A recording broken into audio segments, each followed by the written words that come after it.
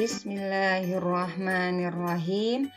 Assalamualaikum warahmatullahi wabarakatuh. Hai, apa kabar anak-anakku semua? Sehat ya? Alhamdulillah. Semoga kita semua senantiasa sehat walafiat dan dalam perlindungan Allah Subhanahu wa Ta'ala. Amin ya Rabbal Alamin. Dan kali ini kita akan belajar bersama untuk tematik kelas 4. Tema 7, yang mana bidang studinya IPA dengan materi macam-macam gaya. Sebelumnya, perhatikan gambar berikut ini. Pernahkah kalian melihat gerobak yang dapat bergerak? Atau meja yang dapat berpindah tempat? Atau becak yang dapat melaju di jalan raya? Lalu bagaimana benda-benda tersebut dapat bergerak? Benda-benda tersebut dapat bergerak karena ada gaya. Apa itu gaya? Gaya adalah tarikan atau dorongan. Gaya dapat menyebabkan suatu benda bergerak atau berubah posisinya. Dan untuk melakukan gaya diperlukan tenaga. Keadaan suatu benda dapat berubah akibat pengaruh gaya. Pengaruh gaya terhadap suatu benda antara lain adalah yang pertama, benda yang diam menjadi bergerak.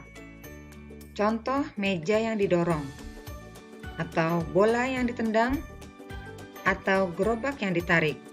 Kesemua benda tersebut dapat bergerak karena adanya gaya yang berupa tarikan dan dorongan. Kedua, benda yang bergerak menjadi diam.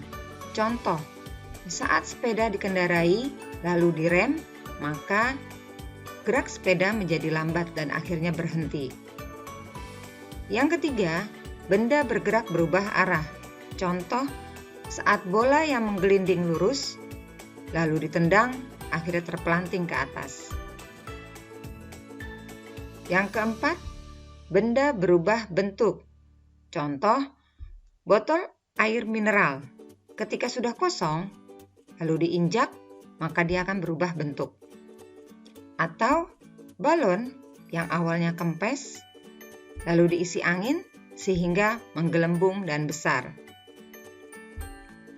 Dan gaya itu sendiri terdiri dari beberapa macam.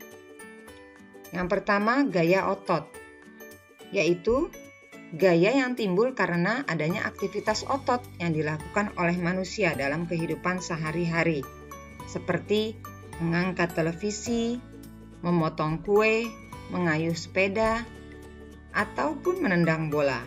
Semua kegiatan tersebut menggunakan otot. Otot itu sendiri adalah alat gerak aktif karena dia memiliki kemampuan menggerakkan tulang. Namun, jika otot digunakan terus-menerus untuk melakukan kegiatan yang berat, maka otot akan keletihan. Pada saat otot mengalami keletihan atau melakukan kegiatan pada posisi tubuh yang salah, lalu dipaksakan untuk melakukannya lagi, maka akan menimbulkan cedera otot atau kram otot. Berikutnya adalah gaya gravitasi bumi, yaitu gaya yang menyebabkan suatu benda dapat jatuh ke bawah, dan ini merupakan fenomena alam. Ini disebut juga dengan gaya tarik bumi. Contoh, orang-orang yang melempar benda ke atas, pasti benda tersebut akan jatuh ke bawah. Atau atlet terjun payung yang terjun dari pesawat, pasti akan jatuh ke bawah. Berikutnya gaya pegas, yaitu gaya yang terjadi akibat tarikan dan dorongan terhadap benda yang dilakukan menggunakan pegas elastis.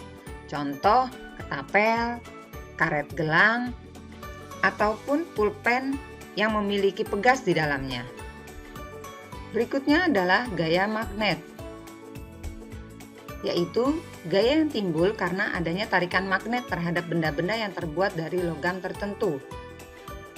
Benda-benda yang dapat ditarik atau tidak oleh magnet dapat dikelompokkan menjadi 3. Yang pertama, benda ferromagnetik, yaitu benda yang sifat kemagnetannya sangat kuat. Contoh, besi, baja, dan nikel.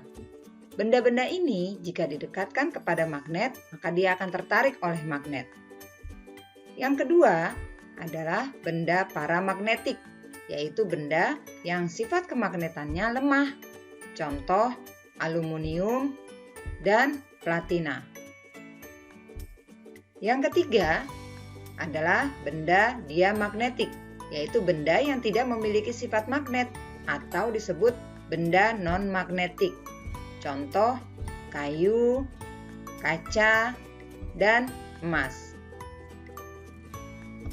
Yang kelima, gaya listrik, yaitu gaya yang ditimbulkan oleh benda-benda yang bermuatan listrik. Listrik itu sendiri terbagi menjadi dua jenis. Yang pertama adalah listrik dinamis, yaitu listrik yang bergerak atau mengalir dalam suatu rangkaian listrik, dan ini dihasilkan dari sumber listrik. Contoh aliran listrik pada lampu yang ada di rumah. Yang kedua adalah listrik statis, yaitu listrik yang tidak mengalir, dan ini terjadi karena gesekan atau gosokan dua benda. Contoh, penggaris plastik yang digosokkan pada rambut, lalu didekatkan pada potongan kertas-kertas kecil, maka penggaris tersebut akan dapat menarik potongan kertas. Yang keenam adalah gaya gesek, yaitu gaya yang timbul jika dua permukaan benda saling bertemu.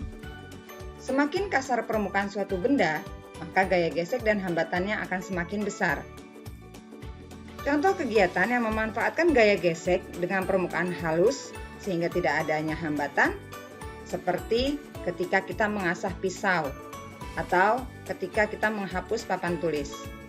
Sedangkan contoh kegiatan yang memanfaatkan gaya gesek dengan permukaan kasar adalah ketika sebuah ban mobil melaju di jalan raya atau pemain bola menggunakan sepatu bola yang diberi pul.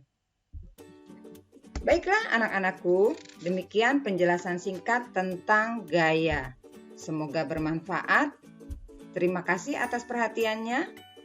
Tetap semangat untuk belajar ya. Sampai jumpa di video berikutnya. Wassalamualaikum warahmatullahi wabarakatuh.